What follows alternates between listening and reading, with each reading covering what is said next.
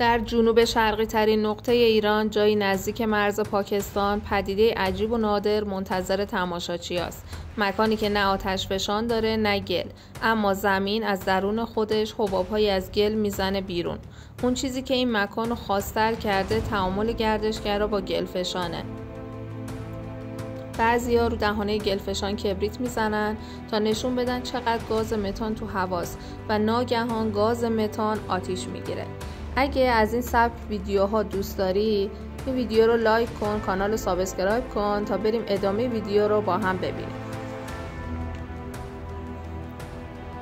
بزرگترین فوران ثبت شده گلفشان چابهار در تاریخ 20 اسفند 94 رخ داد. در این رویداد پس از سالها خاموشی، گلفشان به طور ناگهانی فعال شد و حجم عظیمی از گل و آب سیاه رنگ رو با فشار به بیرون پرتاب کرد. این فوران چنان شدید بود که گل‌ها صدها متر در اطراف پراکنده شدند. این پدیده نادر که به ناف دریا هم معروفه، به دلیل فشارهای زمین ساختی و بارندگی‌های اخیر در اون زمان رخ داد.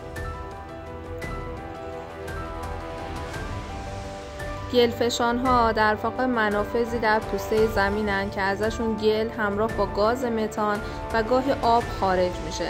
این پدیده نتیجه فشار لایه‌های زیرزمینیه. گل‌های این منطقه خواص درمانی دارن و محلی‌ها ازشون برای پوست استفاده میکنن.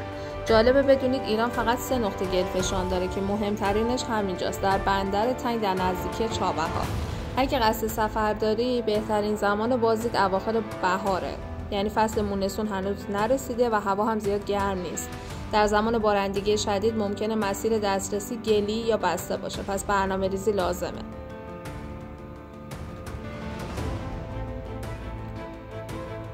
هنگام بازدید از گلفشان ها خیلی مراقب باشین، چون زمین لغزنده است و مثل این اتفاقی که دارید میبینید ممکنه بیفته. حالا شما بگین تا حالا گلفشان رفتین، تجربهش کردین؟ برام بنویسید.